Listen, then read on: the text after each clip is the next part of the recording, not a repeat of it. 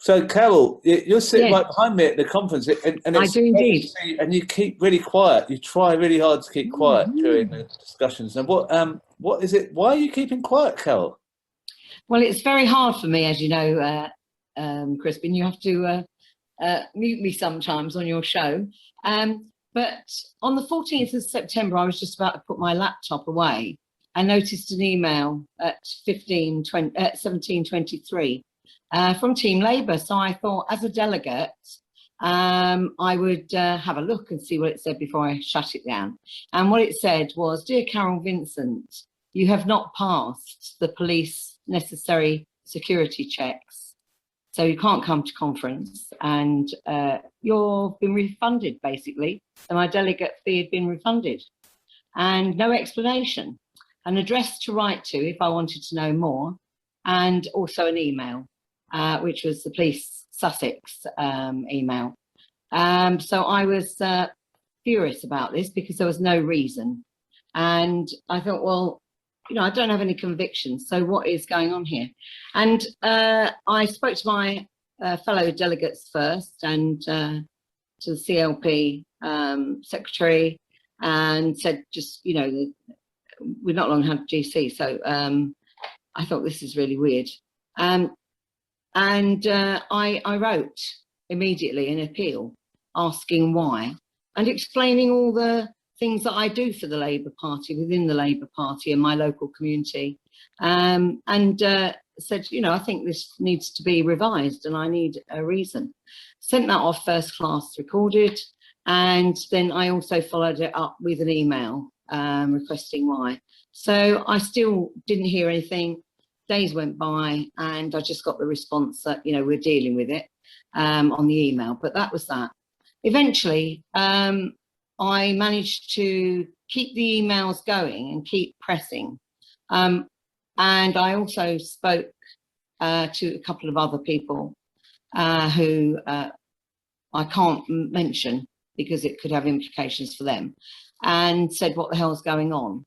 And found out that it's happened to quite a few people and that there'd been suspensions and all sorts on the lead up to conference.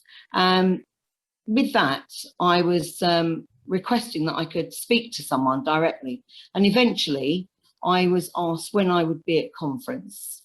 And I also mentioned the fact that money's been paid out for transport and also for accommodation well in advance, because these applications were done a long time ago. And I do know that they have to do sort of security checks for obvious reasons. But it was, it was unexpected that I would be told I can't come, especially at that late notice. Anyway, I managed to get to have an interview with the police, which they agreed to do not under caution, at 1 o'clock on Saturday. I have my son with me who has disabilities, and so it made it quite difficult for us because he'd been looking forward to it. And I told them that he's very distressed that he might not be able to come now, because I have to do a lot of preparation. I have to do medication and all sorts of things. But also it means that it's too late for another delegate if I can't come. But I wanted to find out the reason. I still don't know the reason, but I had a 45-minute meeting with a police officer, and was basically at the end of it. And conference were contacted, and they said if the decision was reversed, they would consider me being able to come.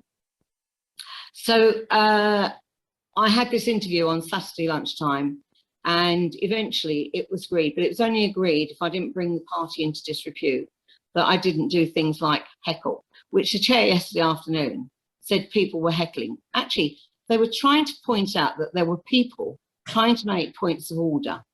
There were people who were trying to speak and being ignored. And I think a lot of those people were in the section that we were sitting in, Crispin. Yes, it was shocking about those Unison members. So effectively, because of your having that security check, you feel yourself a bit like being muted by... I'm being gagged, really, because I think I would be much more vocal. I would probably be getting up on the stand and speaking out. And I just feel as though, I can't do anything.